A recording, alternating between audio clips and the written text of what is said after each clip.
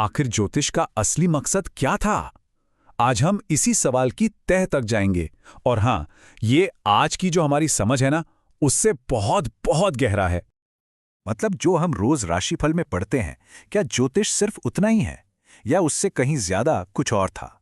चलिए आज जरा इतिहास के पन्ने पलटते हैं और इस गुत्थी को सुलझाने की कोशिश करते हैं। देखिए, पुराने ग्रंथ एक बिल्कुल अलग ही कहानी बताते हैं। उनके हिसाब से ये कोई महज फॉर्चून टेलिंग नहीं थी। नहीं, ये तो असल में एक पूरा का पूरा सिस्टम था, एक फ्रेमवर्क जिससे रियलिटी को समझा जा सके और अपनी जिंदगी के सफर में एक सही रास्ता मिल सके। कह सकते हैं कि ये कंप्लीट वर्ल्ड व्यू था। तो शुरुआत करते हैं सबसे बड़ी तस्वीर से, यानी पूरे ब्रह्मांड की मैपिंग से।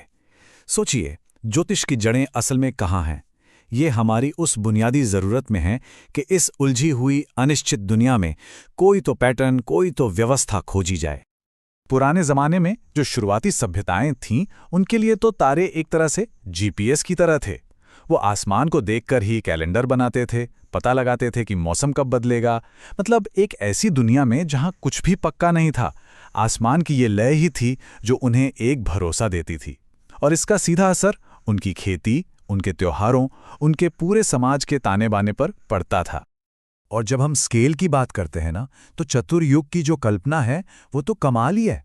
सोचिए, हम यहाँ कुछ साल या सदियों की बात नहीं कर रहे। ये तो हिंदू कॉस्मोलॉजी में 4 युगों का एक महाचक्र है। इससे ये साफ हो जाता है कि पुराने ज्योतिषी समय को हमारी छोटी सी जिंदगी के हिसाब से नहीं, बल्कि एक बहुत ही विशाल, एक कॉस्मिक स्केल पर देखते थे। अच्छा, तो ये तो हुई ब्रह्मांड की बात, यानी मैक्रोकॉस्म की। अब जरा इस बड़े पैमाने से उतरकर इंसान के छोटे से संसार यानी माइक्रोकॉस्म पर आते हैं। और इन दोनों को जोड़ने वाला एक बहुत ही फंडामेंटल प्रिंसिपल है, जैसा ऊपर वैसा नीचे।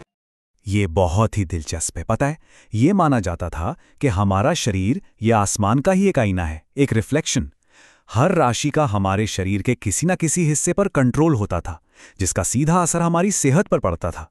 जैसे मेष राशि का राज सिर और चेहरे पर है, तो मकर का घुटनों और हड्डियों पर। और बात सिर्फ शरीर पर ही खत्म नहीं होती थी। नहीं, ये कनेक्शन तो आत्मा तक जाता था। राहु और केतु को देखिए, इन्हें कर्मग्रह कहते हैं। ये हमारी आत्मा के पिछले जन्मों का सफर और इस जन्म में हमें क्या सीखना है उसका पूरा खाका तैयार करते हैं। मतलब ये तय करते हैं कि रास्ता मुक्ति की तरफ जाएगा या फिर पुनर्जन्म की तरफ। तो सवाल उठता है कि इस कॉस्मिक और स्पिरिचुअल कनेक्शन को एक आम इंसान की जिंदगी में कैसे इस्तेमाल किया जाता था?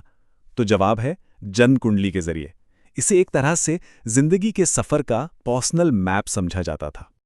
हाँ, तो ये जो जन्म कुंडली या राशि चार्ट है ना, ये असल में क्या है? ये ठीक हमारे जन्म के वक्त आसमान का एक स्नैपशॉट है।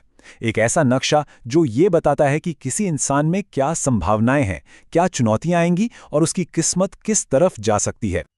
और ये नक्शा कितना पावरफुल माना जाता था, इसका अंदाजा आपको इन 2 योगों के फर्क से लगेगा। देखिए, एक तरफ है राजयोग, ग्रहों का ऐसा कॉम्बिनेशन जो अमीरी, शोहरत और कामयाबी का वादा करता है। और दूसरी तरफ है दरिद्र योग, जो गरीबी, परेशानियां और बदकिस्मती का इशारा करता है। मतलब स्टेक्स कितने हाई थे ये साफ दिखता है। सिर्फ अच्छी बुरी किस्मत ही नहीं, ये नक्शा तो जिंदगी की बहुत स्पेसिफिक मुश्किलों की तरफ भी इशारा करता था। जैसे वैदिक ज्योतिष में जो 8वां घर होता है, उसका सीधा संबंध मौत के कारण, खतरों और जिंदगी में आने वाली रुकावटों से होता है। लेकिन, और ये सबसे जरूरी बात है, ज्योतिष का मतलब ये बिल्कुल नहीं था कि बस हाथ पर हाथ धरकर बैठ जाओ और जो किस्मत में लिखा है उसे मान लो। नहीं, ये तो अपनी किस्मत को एक्टिवली शेप करने का एक तरीका था। ये सिर्फ भविष्यवाणी नहीं थी, ये तो अपनी डेस्टिनी को बेहतर बनाने का एक पूरा टूलकिट था। तो प्रोसेस क्या था? पहला स्टेप अपनी कुंडली को समझना, और दूसरा और भी जरूरी स्टेप, जो भी नेगेटिव प्रभाव हैं उन्हें कम करने के लिए और पॉजिटिव को बढ़ाने के लिए एक्शन लेना। तो ज्योतिष सिर्फ प्रॉब्लम बताने वाला सिस्टम नहीं था, बल्कि सॉल्यूशन देने वाला भी था। और इन सॉल्यूशंस में से एक बहुत ही कॉमन तरीका था रत्न पहनना।